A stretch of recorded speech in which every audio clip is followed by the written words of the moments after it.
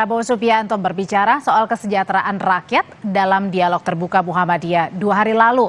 Prabowo setuju perdagangan terbuka, namun pabrik dan pengolahan harus dibuat di negeri ini demi perdagangan adil agar tercipta lapangan pekerjaan seluas-luasnya untuk rakyat Indonesia. Kita sekarang tidak mau mengizinkan sumber-sumber alam kita, kekayaan kita dijual murah kepada bangsa lain. Kita tidak mau.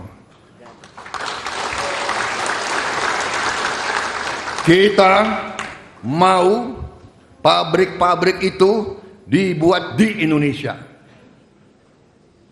Karena rakyat kita butuh pekerjaan. Karena anak-anak muda kita ingin masa depan yang baik. Saya jelaskan ke beliau.